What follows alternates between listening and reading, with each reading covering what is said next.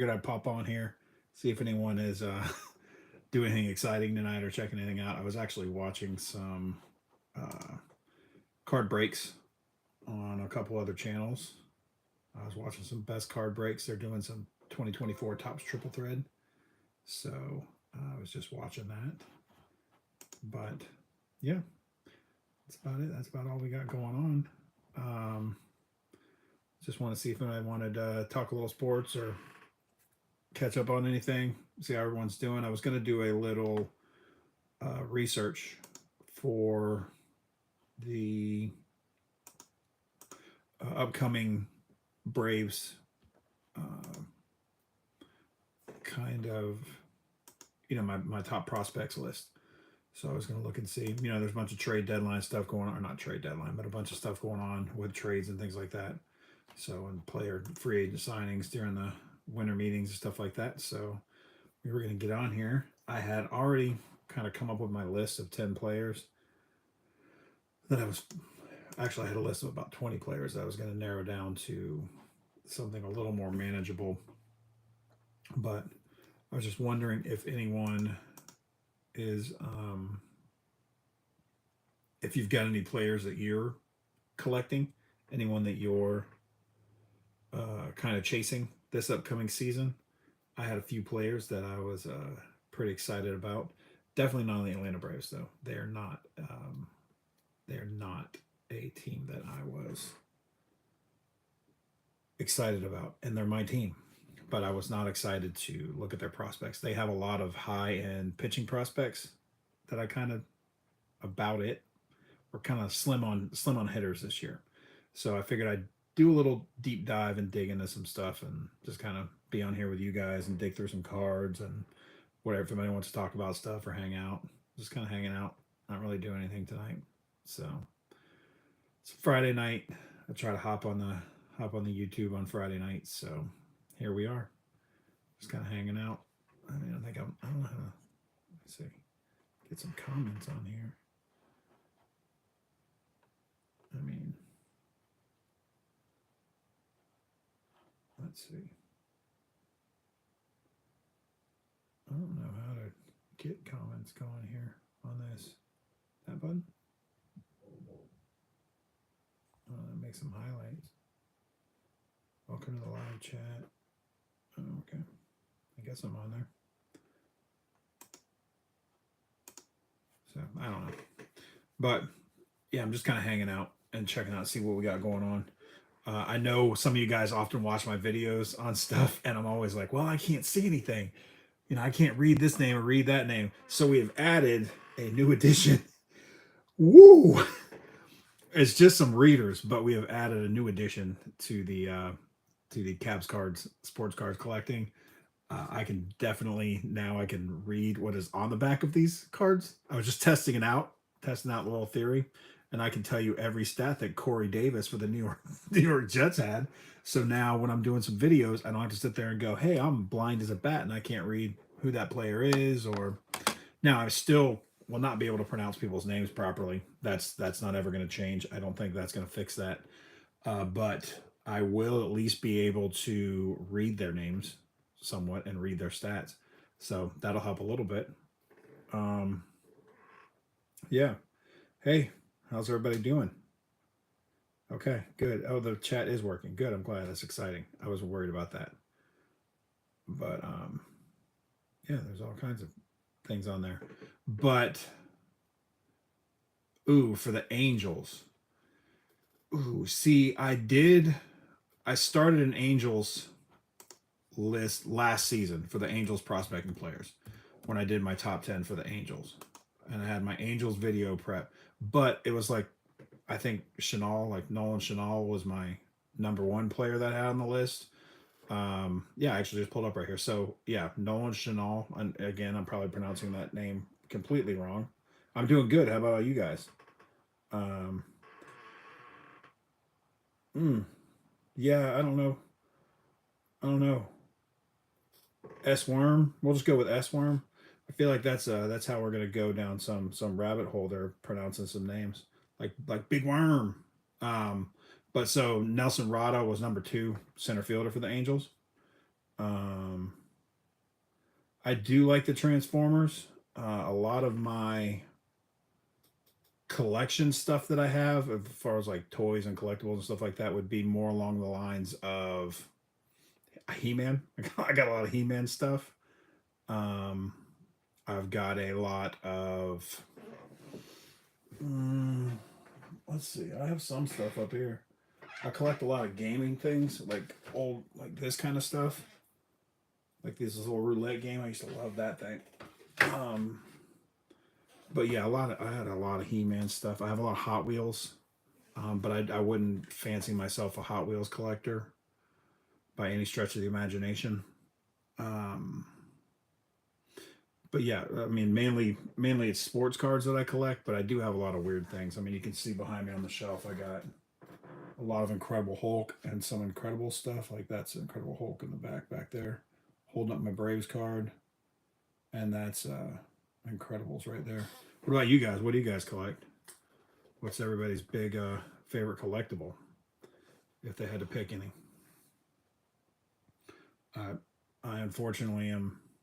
I got bobbleheads. Got a lot of bobbleheads. Um, no, I am not a Five Nights at Freddy's person. So that's gonna be a no on that.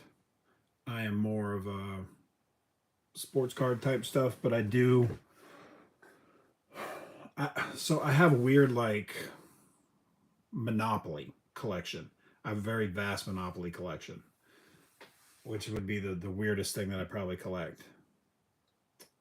Pretty much anytime I see a Monopoly board, and like when I do my, so I can flip my camera around in the midst here. Like when I do my card breaks, it's on a Florida Opoly board. So I have that. I have some Golden Girls stuff. Yeah, if that helps. I have a very weird um, set of collectibles. I have a lot of Gator stuff, a lot of Brave stuff, Cowboy stuff. Um, Probably an Orlando Magic thing or two. But you know, I don't necessarily have a huge amount of things. So we're just on here on here piddling around.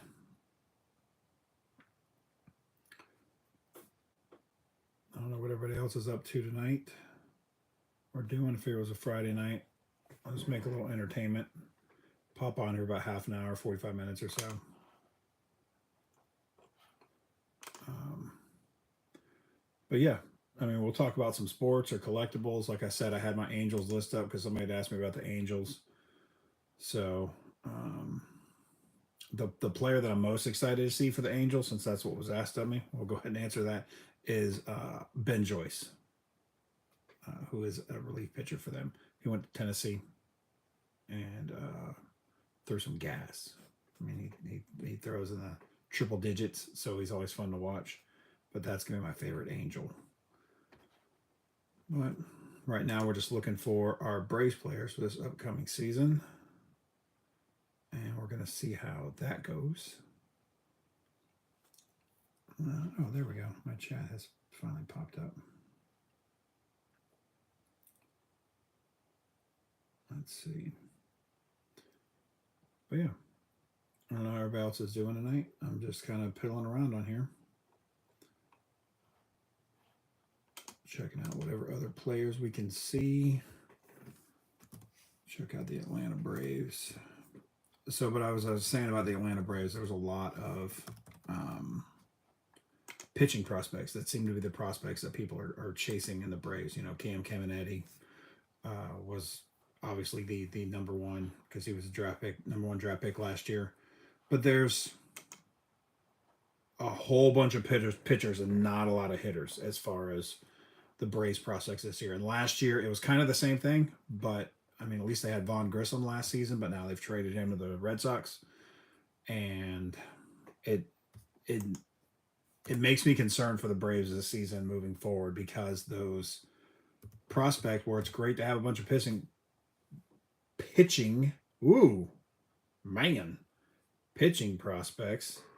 You know, it's great to have that, But if you don't have anyone that can hit the ball, and they're just going to have to rely on all their veterans that they have, but eventually that well's going to run dry because if you think about it, most of those players that they have there now, as far as like Albies and Acuna and stuff like that, they're, homegrown farm kids from, from the farm system. And it's just very, very difficult to bring up a lineup from within like that when it's just all pitching. I think the best hitter that the Braves had as far as their um, minor league prospects coming up this year is going to be a catcher, you know, which they could use because Murphy's kind of slowing down a little bit, and it may be time to get a catcher up there. But that was the best option that they had as far as a hitter goes, for hitting with a little bit of power. There are a couple guys that are probably 300 hitters, maybe if they're really lucky, but they're not. They're steals guys or runs guys or something to that extent. So that's what we're trying to get our list together, and I think the whole list that I put together while I was working on it had roughly, I don't know, 7 pitchers and 3 hitters, and the hitters were really a stretch on that. So, but we do our prospecting videos. We go through. We're going to try to get all teams. Maybe not by the time the season starts, but at least partway through the season, get all the teams done. And last year, well, over the last 2 years, we went through all the way up to the L's, all the way up to the Angels. And I never actually made that Angels video. So we started over at the beginning, and we've already got the first video of the Arizona Diamondbacks out of the way. So if anyone wants to go watch hey there, Troy. If anyone wants to go and watch the Arizona Diamondbacks video, I'm pretty sure Troy probably has gone and watched the Arizona Diamondbacks video. That we're well on our way. So now like I said, we're compiling the list for the Braves. But as a Braves fan, I am genuinely concerned about. Go Diamondbacks. I know. I'm genuinely concerned about the Braves farm system as far as any type of offense goes. So I keep searching it and hoping I can find some diamond in the rough to add to my list of the top 10, but I have yet to run across it. Oh, Troy, you probably missed out earlier. I know sometimes you'll see in my videos when I say something like, I can't hardly see who that is, or, I can't read that name or something like that. I have added these to in my old age so that I will be able to read player stuff. Yeah, they did make some news today. I was actually just when I was scrolling through stuff, they did make a little news. So they signed a couple people. So, but yeah, I added the glasses. So yeah, it is about time. So I constantly will be like, oh, let me see. Then I'm like, I don't know how many. I was looking at some cards last night, and I had to get this little magnifying glass out just to be able to try to look, and it wasn't lining up right, and it just, yeah, old age. Yeah. But I saw that so the Braves had, I mean, they're fine on offense for right now. Don't get me wrong, as far as the Braves go. But I don't know. It's all pitching as far as the top prospects go coming up, which is a good problem to have, especially if you think back to the old, late 80s, early 90s teams or 90s teams, when they had all that pitching on there. It was great. But how'd you feel about the Diamondbacks video? Did you feel I was spot on it, or a couple you would have swapped around or something? I mean, I like doing the Diamondbacks because it always gets me back in the swing of things, but I always feel like I shortchange it a little bit.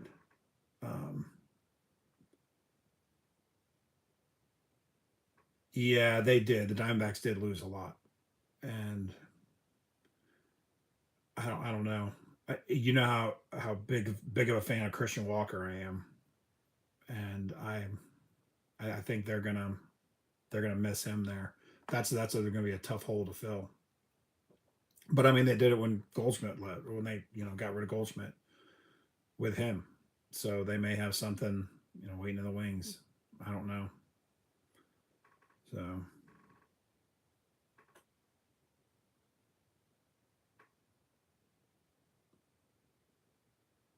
Um, no, who was back in the minors? Oh, um, no, I don't think I did see that.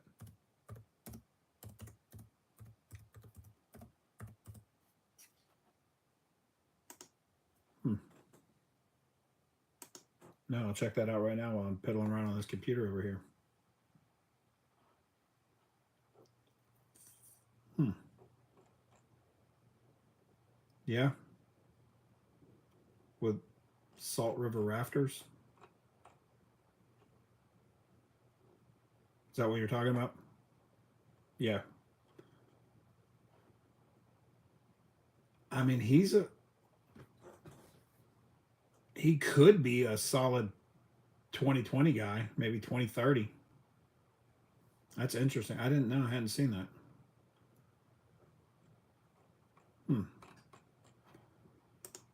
Yeah, I mean, I think the Diamondbacks actually have a lot of, and I feel like me taking Lawler at the number one spot. Um, yeah, I saw. I hadn't seen he was back. Um, but I think me taking Lawler in the one spot was kind of a cop out because that's who I've had for the last two seasons on there. But I really think I keep thinking he's going to get his breakout. Yeah, there were a couple. There's a couple guys that I was looking at. There's a like a there was somebody that had like Mac Wainwright. I had a whole bunch of Mac Wainwright cards. I think he was with St. Louis there for a little while, and he had some legal trouble, and he was supposed to be halfway decent, but yeah, huh. Yeah, I'll keep an eye on that. I mean, I have guys that I follow on stuff, especially people that I'm collecting. Uh, I'm really been loading up. I've bought a couple of them. Chandler Simpson, I think it is, with Tampa. So I bought a few of his cards just because those steals numbers are ridiculous. I mean, put up 100 steals in the minors, and I realize steals are becoming a little easier with some of the pickoff rules and some of the base sizes and leadoffs and but I've been loading up on his cards, and there was somebody else I can't remember who it was that I bought a whole bunch of stuff of just to kind of get back into prospecting cards. Oh, Jonathan Rodriguez, that's who it was. I bought a few Jonathan Rodriguez stuff because I think he's going to be solid. But I mean, I don't know.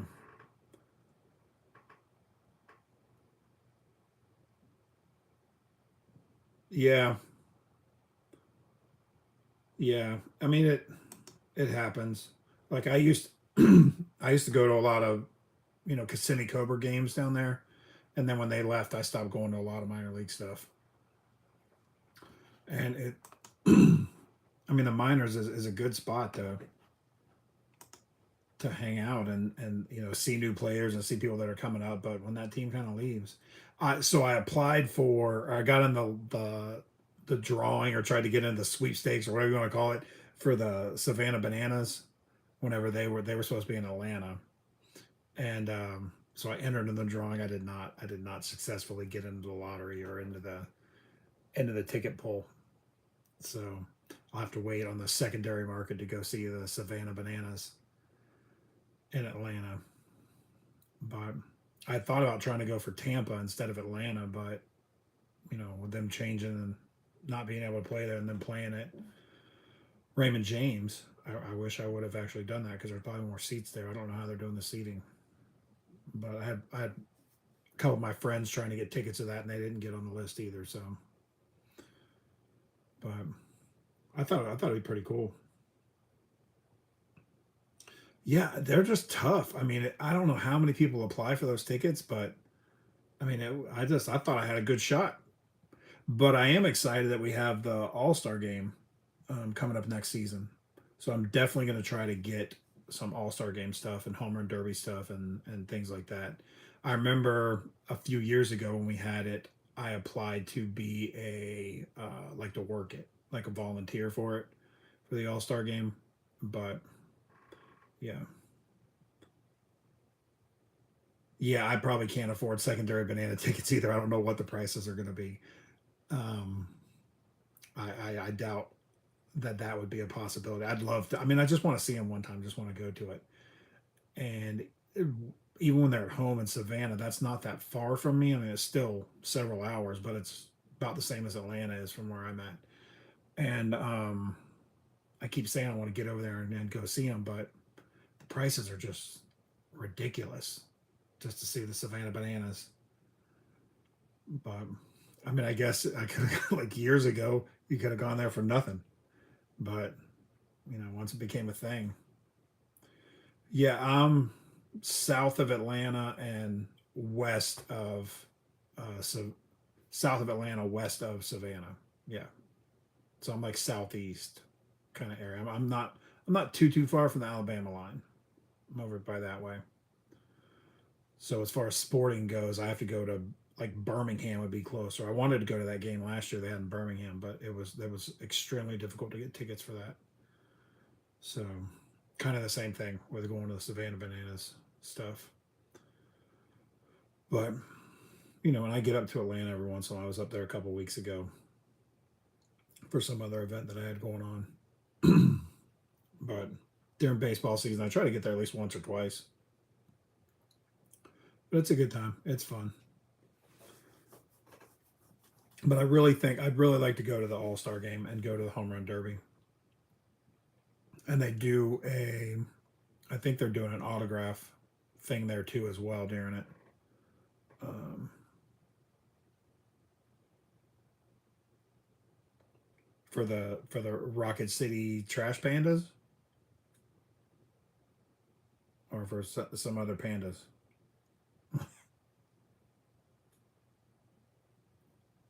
Yeah, I like we have some. There's some minor league teams around here, but I just never seem to. I mean, I just kind of don't do minor league games much anymore, and I really need to start going to them more.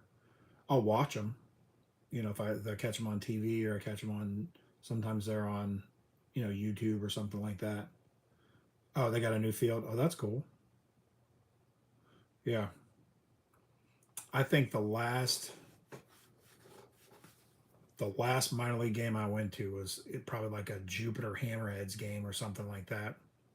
I mean, I've been to a few spring training games and stuff a little closer, especially when Orlando used to have the Braves. I would go down and see them when they were out of the Wide World of Sports at Disney.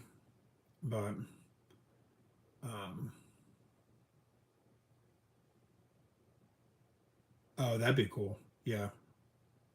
Have you been there before, or would that just be like a first time trip down there? The Sod Poodles. I have the only game I've been to. Oh, that'd be a first. That's cool. The only game I've been to in Texas is I went to a. I've been to a Rangers game twice.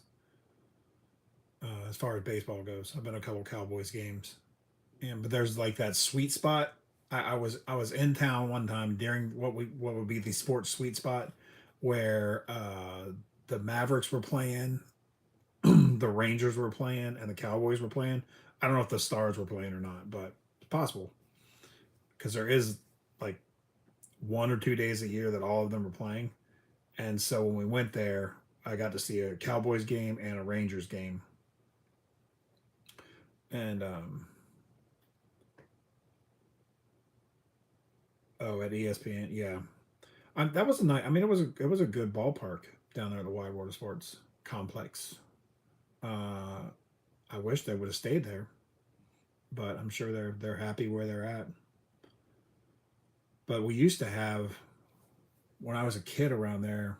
Haines City had Boardwalk and Baseball, which had the Royals for spring training, and then Kissimmee had the Cobras, which had the Astros for spring training. And I feel like there was one other team right there around the Central Florida area. And then Tampa's got the Yankees. stuff like that. So being in Florida when I was a kid was, yeah, I have never been to, as bad as it sounds, I worked for the Astros, but I almost, when they went to the World Series a few years ago, I used to have my employee ID for the longest time, and it used to get you into any ballpark, even the World Series. You could use. I mean, you were standing room only, but you could get into the World Series with your employee, even if it was my minor league employee pass. And when they were in the World Series, I contemplated trying it, but I hadn't been with the club in about 2 years, so I didn't know if, or no, probably longer than that. I didn't know if my pass would still work to get me in because I think you have to swipe it, and it probably would have shown not valid. I probably still have that somewhere, but I got no idea where it is. But all I had to do at the minor league park when I showed up in Kissimmee was just show it to somebody, and then I just walked right in. Um, but it would have been cool if I would have if I would have just showed up at the World Series and swiped my card and it would have let me in.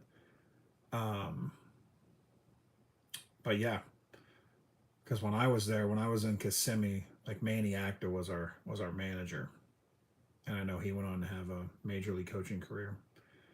And the only player that actually made it to the majors was Lidge, so he would have been still been on the team, back then. But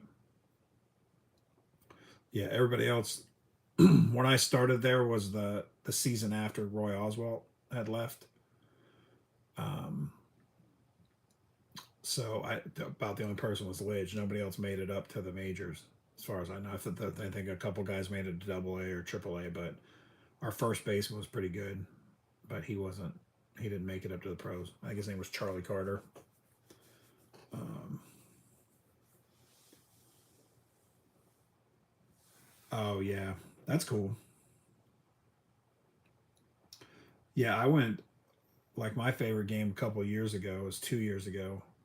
I got to go see, and I mean, I planned it out perfectly, and I made sure I drove up there for it. I saw Otani pitching against Strider, and I thought that was the coolest thing in the world to see the two of them. And it was a really good ball game. Braves ended up winning, um, but yeah, it was a really good game. Both of them pitched solid until about the eighth inning. That Otani gave up 3 runs, and the final score ended up being 3-0. But yeah, it was a cool game. It was just good to see those two pitching against each other. And I had planned it to where I would see Otani, but the Strider thing was kind of a very welcome surprise. So, and I saw Otis Nixon there that night, so that was pretty cool. But I've seen Goldschmidt um, with the Diamondbacks when he was with the Diamondbacks in Atlanta, but I haven't been to a Cardinals game in years against the, I tend to go to the Phillies games a lot because I got some friends that are Phillies fans. I'll go to the Marlins games because they're usually really cheap. Tickets on StubHub or whatever other ticket place you buy it from. I used to have season tickets for the Braves, but it just started getting way too expensive to have where my seats were at, and they were kind of on the first baseline, about 15 rows up, and they just kept getting, as they kept winning, they just kept getting more and more expensive, and I just couldn't justify it, especially with me having to drive a couple hours there, and then they put it on the backside of Atlanta from me, so it adds an extra half an hour, 45 minutes to get to the ballpark, and then an extra half an hour, 45 minutes to get home. So I wasn't getting home till like 2 in the morning. I got to be at work at 6:30. It just didn't make any sense for me. But oh, you saw Goldsmith in Atlanta? Yeah, I mean I, as far as the ballparks I've been to. Like I've been to Tampa several times. I've been to the Marlins a few times. Baltimore, Cleveland, Pittsburgh. I went to a couple games, stuff like that. So I'm going to Cleveland kind of in February. I'm going to Cleveland, Cincinnati in February. So I'm going to come down through Canton and go to the NFL Hall of Fame up there. I wish it was during baseball season because I'd make a whole baseball trip and hit Cleveland, Cincinnati, Pittsburgh, and all that. But it's going to be February that I'm up there. I'm going for a concert. So I figure I'll hit the NFL Hall of Fame, which I've been to before, but it changes all the time. There's always new people in there and new stuff. So I think it'd be great. We got a game when we went to the National. Oh, did you really? That's cool. What games you go to?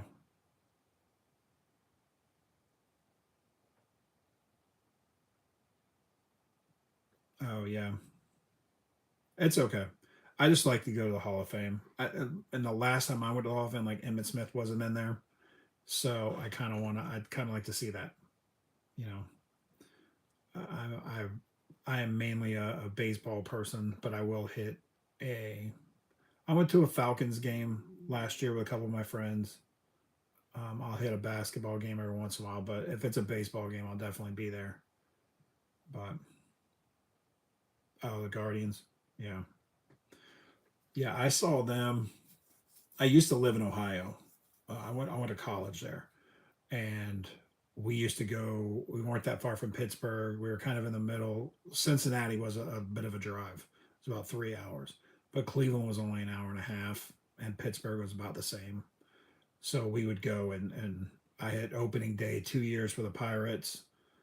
Went to a couple games in Cleveland, and it was good stuff. I always seem to enjoy it. And like the Orioles game that I went to would have been back when I was a kid and I was in Baltimore. So that would have been like when Ripken, was there and stuff like that. So yeah, yeah. I went to Sandusky. I bought some brake pads. They were lovely. There's a place, a shop there, Callahan Auto. But no, Sandusky's got, I think, I can't remember, is it Cedar Point or, and then in Sandusky around there somewhere, Cedar Point. I know Kings Island is in Cincinnati or on the other side of something. I think that's what it is. I can't remember. I get them confused. But yeah, Cedar Point. Yeah, that's what I thought. And then there was a Kings Island. I just know it always shocked me that I went from being in Central Florida where there were roller coasters and stuff all over the place, and then I end up in Ohio, and all of a sudden there's still roller coasters and stuff on that. Yeah, yeah, that always shocked me because I went from Disney and SeaWorld and Universal and Islands of Adventure and all that to it's just it's a little dry for me to go to that stuff, but it was closer to when I go up there, and all of a sudden it's it's Cedar Point and Kings Island and all that. But as a kid, I used to, and not that you could do it these days, but as a kid, I used to get dropped off on a Friday night at Disney, and then have my parents pick me up on a on a Sunday because one of my friends' moms was a manager at the hotel, and they just kind of turn you loose and let you have fun as long as you got back to your hotel room by 8 o'clock or 9 o'clock. I don't think you could do that nowadays down there, but it was always an adventure. And even when the Royals had their spring training down there in Haines City, it was at Boardwalk and Baseball, is what it was called. And this was back, when like Bo Jackson was there and stuff. And I wish I'd have gotten a Bo Jackson autograph. I really do, but I never did. Um, he was a very tough autograph back then, to be honest with you. And I used to go to the Royals games all the time out there, and they had some sweet roller coasters there. You could get a little baseball card made of yourself with your picture and all that stuff. And yeah, Camden's nice. I still haven't been to, like, I keep saying I want to go to like Fenway, and I've never been to Fenway. All these years, never been to Fenway. Um, and I keep saying I'm gonna be one of these people that hits all the ballparks and drives around and travels and hits it. I just want to do it in one season, or something crazy like that. And it makes me realize how many ballparks I've actually never been to in my life. And so, yeah, I just think Fenway would be something amazing. It's just one of those ballparks. Not that I'm a Red Sox fan, but you know, there's very few ballparks that I've been to, so I would love for. Yeah, I think I've only been to probably 7 or 8 stadiums. So I would love to just drive around the country and do it in one fail swoop. But I know it's it's a difficult task by far. So, and I don't think work would enjoy that if I took off and just see ya for a summer. But maybe one day. You know, I'm not with my glasses now. I'm not too far away from retirement age, apparently. But and I mean, technically, I guess I could retire in 7 or 8 years, but it wouldn't be the smartest idea in the world. But I'm hoping that this next season I can hit at least a couple of Braves games and get up there. But like I said, I really want to get up there for the All Star game if I can do that. That's something that I've never done. I've been to a World Series. I've been to a couple. I've been to playoff games. I've been to. See, I've never been to Wrigley either. Yeah, yeah, never done Wrigley. I've done Tampa, Miami, Atlanta, Rangers, Pittsburgh, Baltimore, Cleveland, Cincinnati. I think that's it. I think that's about it. I've got a buddy of mine that lives out in St. Louis, and I keep saying I want to go out there and catch a game, but we'll see how it goes. So what cards are you collecting now? You just stockpiling up on Diamondbacks cards? I've been trying to crack some. Um, yeah, I've been. I mean, so when I worked for the Cobras, there were a lot of games that I had to travel with the team because either they didn't have a score there or we had somebody that was, and especially with Brad Lidge, we had somebody that the Major League Ball Club wanted their own score to go. So I went to like the Daytona Cubs. I went to the Jupiter Hammerheads. I went to there was another one right around there we used to go to all the time, and I can't remember what it was. But there was about 4 or 5 that I had to travel to, and it was mainly because of Lidge. Or when we had somebody like we had players come down when they were injured on assignment, and then I'd have to get back to the ballpark, fax. That's how long ago it was. Fax all the information up to the up to the home ball club and up to the GM, and then fax it to the newspapers and like all that kind of stuff. Um, ooh, those are tough ones though for the 69. Yeah, that's two of the hardest to get.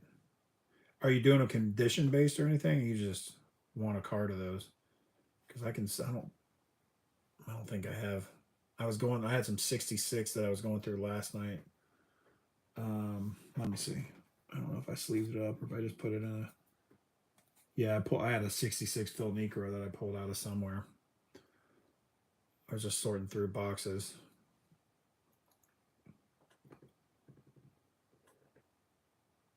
Oh, all the cards? See, I haven't. Mm, oh, there you go. Yeah, and that was the thing when I was going through the cards last night. I was trying to figure out talk to people. I think I was probably on TikTok or something. I don't know, but I was asking the people like how do they sort their cards because I've just been going through boxes, pulling out the commons and just trying to put some commons box together. But I noticed a lot of the boxers that are older stuff that would have been like from 80s, 70s, 60s. I had sorted out by set. You know, like I was building out the sets, and then I had secondary set behind it, and then a third behind that. But I don't know that that's the the faxing info. Oh yeah, yeah. Yeah, everything is online now. But back then we used to have to fax everything. And we had to make a copy for the manager, take it to him, and then I had to go sit down in his office for a half hour, 45 minutes while he told me about how poorly my scoring was and this should have been an error or it's a lot. So the thing that I didn't realize when I took the job was, and they only paid me about 30 to $35 a game to do all this, which was fine. I was watching baseball and getting paid for it. I mean, I'm not going to complain about it, but the thing that they don't tell you about, especially in the minors, it's very politicky and structured. So I'd be sitting down to managers. I was like, "Hey, we're trying to get this kid called up. We need his ERA to be here. We need his batting average to be here. Maybe can you say this was an error instead of a hit? So for half hour, 45 minutes, I'd be sitting in a manager's office, going over my scoring, which I felt was correct. I had players come up and argue with me and stuff like that. And usually if a player argued with me for something, I got it. I was in the minors. I wasn't at a major league level. There wasn't any, you know, there wasn't DraftKings or anything on my case or anything like that. So I get it. You're trying to get a guy called up and you're trying to make his numbers look good, but um, yeah, it turned into some type of ordeal most nights. See, I have my Braves PC is all pretty big. Um, I'll save just about any, especially certain players. Like I really like Austin Riley. For the players that are on there now, I really like Austin Riley. I mean, and so I keep just about any Austin Riley card that I run across. But if it's Chipper Jones, it's staying at my house. Like I'll keep a Chipper Jones for forever. Same thing with Dale Murphy. I got a bunch of his stuff that I hang on to, but I don't set fill out like the Braves team cards like I probably should. Um, just because I feel like, you know, even though we get these big long contracts with people, they don't always stick around very long. So, but I don't know. Yeah, I mean, it was cool working for the Astros. It was fun. I had a good time. I only did it for 2.5 seasons before I had to go back up to school, and I was doing it during the summers and stuff. I got to PA announce a game one time because our announcer was, um, you know, he is a miracle worker. I'll give him that. But yeah, our announcer was out sick for a couple of games, and so when we were playing the Daytona Cubs, I had to PA announce a game, which was pretty cool.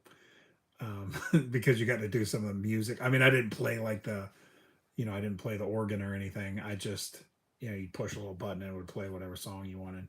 But I was terrible with these people's names. I mean, it was ridiculous. It was just, I think the hardest name that I kept having to go down to their dugout and ask how to properly say his name, like before the game, was Aesop Choi. I could not, I could say it now, but I could not say it. I messed that thing up so many times and I felt so bad for that guy.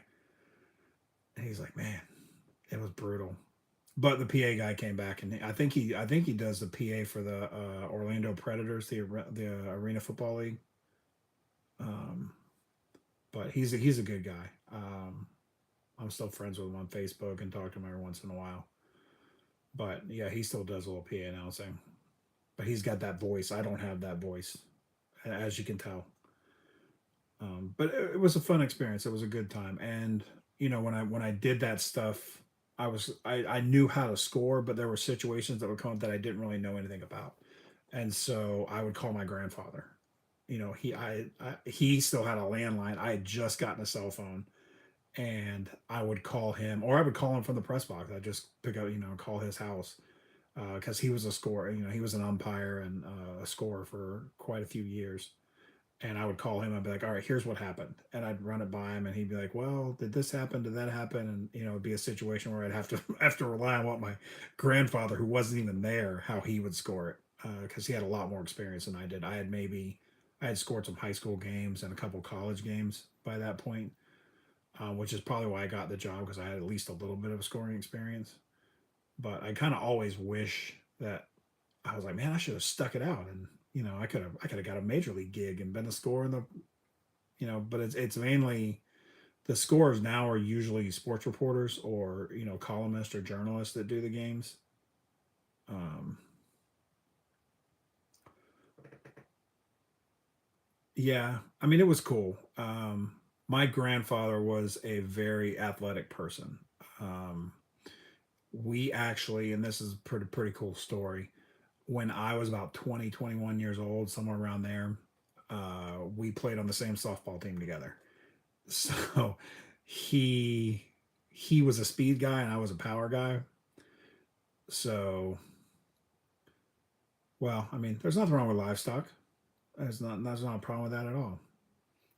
My grandpa was an old, farm country boy from West Virginia, but he was very fast. He actually held a lot of track records, And he used to always say, "Oh, I still hold the 100-yard dash in my county, in my high school," which is true, but that's only because I started running 100 meters instead of the 100-yard dash. So technically, he's right. He still does hold the 100-yard. I mean, he's no longer with us, but he still would be the 100-yard record holder because they don't run that race no more. But yeah, so we played on the same softball team together for a couple of years. I would have been, he was only about 40, about 39 years older than me, 40 years older than me. So he would have been, I'd have been 20, he'd have been close to 60 around then. But he would, I used to send him at third when I was like, there's no way that man's making it home. He's going to get thrown out. And somehow he'd always beat it out, man. He could fly. So, yeah. Oh, yeah. I think, well, it was funny. So when I was in high school, he used to race my teammates after practice. Like he was at all my football practice. He came to football practice, all my games, and all the guys loved him. And they'd all try to race him. And I never saw anyone on our team outrun my grandfather, even though he was almost 40 years older than some of them. And we had running backs that were running 4.5, 4.4. 4.4 might be pushing it. Probably 4.5 closer in high school. But we had a couple running backs went to like Alabama A&M, and um, our fullbacks went to like Army, and one of them went to Navy. But yeah, I mean, he would outrun those guys. It was ridiculous. Yeah, I always thought it was cool, and everybody loved being on the team with my grandfather. I mean, he was a great guy. I just thought it was really cool. Like a lot of people can't say that they played on sports teams with their grandfather, and I'll admit it. He was a much better ball player than I was. In fact, let me see. Yeah, here we go. Hang on one sec. Now that I just said that, just made me remind of something. So here's a ball that uh, we both got the game ball after a softball game on here, and my grandfather hit an inside the park grand slam, and I hit a 3-run homer. And so we both got the game ball for it, which was pretty cool.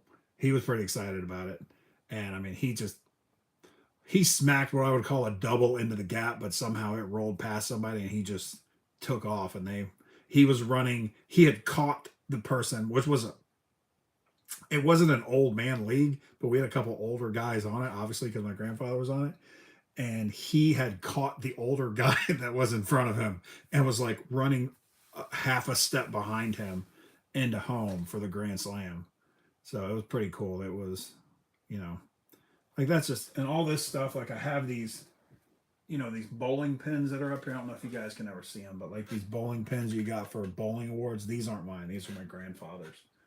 Um, like a 263 game and a 234 game, and then he's got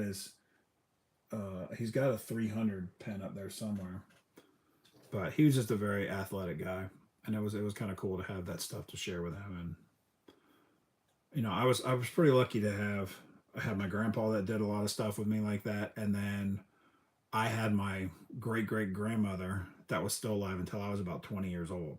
So I got a lot of stories from the late 1800s, which was pretty cool. She definitely lived an adventurous life as well. So it was, it's not too bad. But yeah, but so as far as the cards go, he collected. My grandpa would have collected a bunch of Mickey Mantle stuff. He loved Mickey Mantle, and that was his favorite player. So I had bought him years ago, which I think I got it out in the hallway. I don't think I have it up here on my wall of stuff. I just have useless things up here that I love having up there. But I had bought him an autographed Mickey Mantle picture many many years ago, probably in '95 range around there, and that was one of his favorite things. But when he was a kid and moved down there from West Virginia, he had a whole. He loved the Yankees and he loved Mickey Mantle. And he had a whole all early '50s, mid '50s Yankees cards, stacks and stacks of them. But his dad worked for Greyhound Bus, and he moved down. on a Greyhound bus, and they couldn't take all the cards on the bus, and he just left them in the snow in West Virginia. So, see, we had a guy. Oh yeah, I hate I hate getting beat on auctions. I actually bid on I bid on a case of Christmas Story cards, and I got outbid at the last second by like a penny or $1 or something crazy like that. But we had a guy here in town pre-COVID that um, he had his whole collection that he was selling. It was all 50s, it was late 50s, early 60s stuff, and some late 60s stuff. And he had some of the cleanest cards that I've seen. And I tried to buy it from him, but he just wanted a hair too much more money than I was willing to pay. But I would have loved to get some of that stuff. There were some Bob Gibson rookie cards in there that I swear would have gotten an 8 at least. Um, but he had some nice stuff in there that I wish I had gotten. And he had some 50, 53 through about probably 70, and it was just a huge collection, and they were all in great shape. And but I mean, he wanted like $20,000 for it. I was like, I don't have. I was thinking I could maybe scrape together if I sold everything that I had in cards. I could maybe do about half of that. And when that boom hit during the whole thing, I was like, man, I wish I had bought those. I wish I had 20,000 because they probably would have been 50 or 60 or 70,000, especially when I got them graded. But now they'd be right back to where they were. But the funny part was is he actually ended up selling them for about 12 or 15 to somebody. I don't know who he sold them to. But I wish it had been me. I wish I was just walking around with stacks of money. And I probably have stacks of money as far as cards go. If I just ever started, I don't know if I've ever flipped this around, but these are the cards that I'm working on back here. Just kind of sorting through, and then I've got this stack over here. So, but it's I'd say probably mainly commons. I wish it was all good stuff, but most of the good stuff I've already sleeved up, and I'm trying to get graded or put on eBay. So, yeah, it is a lot of work. And that's what I was working on last night when I was on TikTok. I was just kind of doing a live video like this, but I was sorting through cards as I was just trying to fill up a 5,000 count box of commons, because there's a couple card shops I know that just buy the 5,000 count boxes. And I think that's about the quickest way I'm going to get rid of some volume is just by getting rid of those commons. So that's what I'm going to be working on the next couple of weeks. I've got about probably 4 or 5 older 5,000 count boxes that I don't mind getting rid of. And what I normally do is I will take them and sell them to those card shops for like $10 or $12 or whatever they do in trade value. And then I ask them if they can give me some empty 5,000 card boxes. And then I just fill them back up again and take them back to them. But I feel like I need to start with something of my own. So I'm using my own 5,000 count boxes for now, but I'm making it the old ones. So I don't know. Do you sell a lot of your stuff, or you just collect to hang on to it? Because I do a lot of those pack openings. I just went through a whole.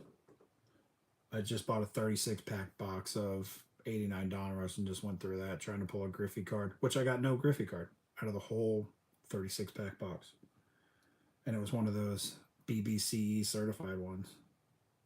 Don't sell anything. It's not. I'd hardly do either. Yeah, that's my problem. And I had turned this room into, I was like, oh, this can be my card room. And then I just realized how overwhelming a card room is.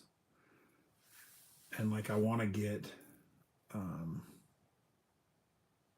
yeah, so like I have these, I made these packs that I give away that I either give away to the kids or like this. I just bought some team bags, and I'll put, a couple decent cards on there. Like there's an Ernie Banks on the back. I mean, it's a modern Ernie Banks, and I'll pack in. I've got some autographs in these mixed up and stuff, and I give them to the kids. Like when we have arts and recreation stuff, or last season we did Was it last season? No, 2 seasons ago. We did that pitch hit and run for the kids, the MLB pitch hit and run, which we actually had two kids go on to the next round, which would be the regional. No, I think we were the regional. They went on to the state one, um, which it was two girls. We had two girls that went up in the softball, but they did baseball stuff. They were both softball players, but yeah. So I gave them to the kids that were in all the kids that participated in that. They all got a couple packs of cards to give away. So yeah, I don't have any kids to give mine to, so I got to give them to random children. Not random, but when we do a movie night here in town, and each month, and we have some of those events. I'm trying to put together to do a card show. I don't know how difficult that's going to be. I've never done one, but I'm going to try to put one together for the recreation department. Oh, that's great. That's awesome. Yeah, I haven't had any kids. Um, I'm probably a little past getting past the age if I'm gonna pop out any children, but complete set. Oh, that's kind of cool. That's what I used to get when I was a kid. I used to get the. I still got them sitting over here. I just looked the other day. I saw some, you know, 87 tops, 86 top sets that I've got, things like that. But that's what I used to get as a kid.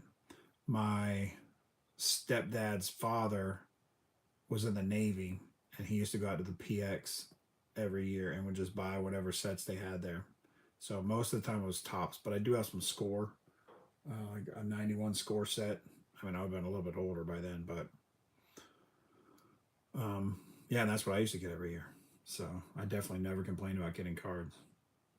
The funny thing is, no one really ever bought me packs as a kid. I got full sets, so the packs that I got when I was a kid was what I bought, with my lunch money or something like that. I remember it used to be cool when you could buy packs at the convenience store, you know. Now it's, you know, yeah.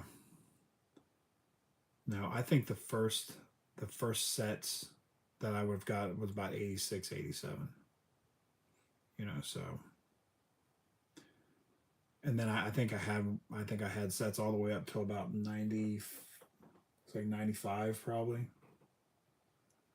And then but I remember, shoot, when I was a kid, oh, I was all comics. Oh yeah. I mean, I have some comics, but I was all baseball. I started playing baseball as a kid, and that's all I collected was baseball cards. I mean, I had comics, and I had Hot Wheels and stuff like that. I had a lot of He-Man toys that I still have, and Teenage Mutant Ninja Turtles.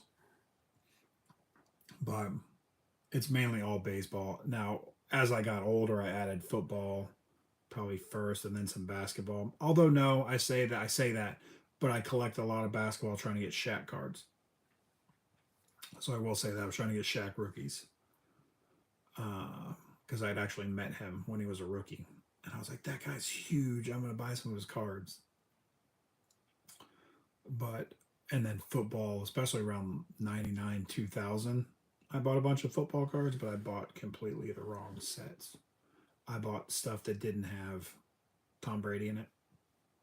So yeah, yeah, I have a bunch of Shaq cards. I have an excessive amount of Shaq cards, but I had met him.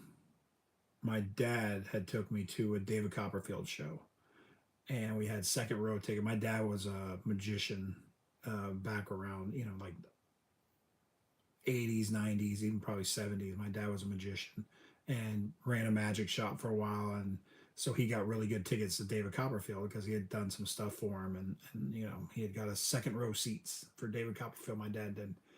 And we sat down, and we were, so excited to see David Copperfield. And then all of a sudden, somebody came and sat down in front of me, and I couldn't see the stage for nothing. And, I was just trying to look around him and trying to look. And so my dad leaned up and like tapped this guy on the shoulder, and he goes, "Hey, can you duck down a little bit? My son's trying to see the show or something." And he turned around. I was like, and the guy was like, "Yeah, oh yeah, no problem." And he put his feet up on the stage and everything, and like hunkered down in the seat. I mean, he was the nicest guy. And I was like, Dad. I was like, that's Shaquille O'Neal. And so, you know, he sat up there. It was funny because Shaq sat with his feet up on the stage, and David Copperfield walked over and saw him sitting down there, and was like, "Hey, man, just put your feet up on the stage." He was like, "Yep." He wasn't mean about it. He was like, "Yep, just prop him over there." And so he had Shaq come up on the stage and be part of a magic trick. It was pretty cool. But yeah, it was pretty funny. I was so shocked because I wasn't even thinking anything like that. At the time I was at a magic show, and I just thought there was a really tall guy in front of me, which there was, but I didn't think it was Shaq. But yeah, that was pretty funny. And my dad still had no still had no idea who he was after the show, so I had to explain it to him because my dad wasn't really a sports guy. My grandfather that was a sports guy was my mother's father. So, but yeah, it was a cool story.